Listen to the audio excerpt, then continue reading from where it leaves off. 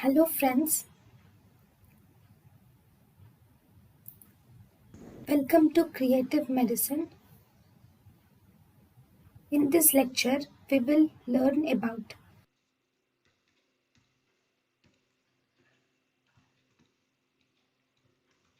Now, colobomas. What are colobomas? Actually, embryonal cleft will close, but if there is a defective closure in the embryonic cleft, it results in coloboma. So, coloboma can occur mainly in the lower part of the eye. So, actually, if this is the the embryonic cleft should close completely, but if it remains like this, then it is called as choroid fissure. Sorry, if it fails to close, if there is defective closure, then we call it as coloboma. Coloboma can be of many types.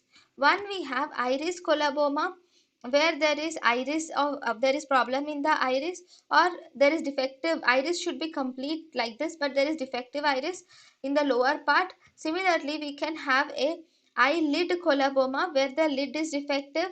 This is actually the lens coloboma, where the inferior part of lens is defective.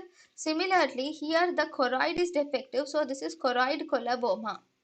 So this is actually the iris coloboma.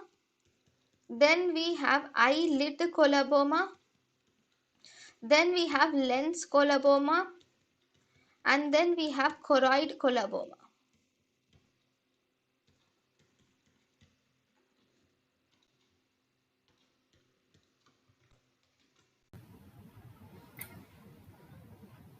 thank you and thank you for watching.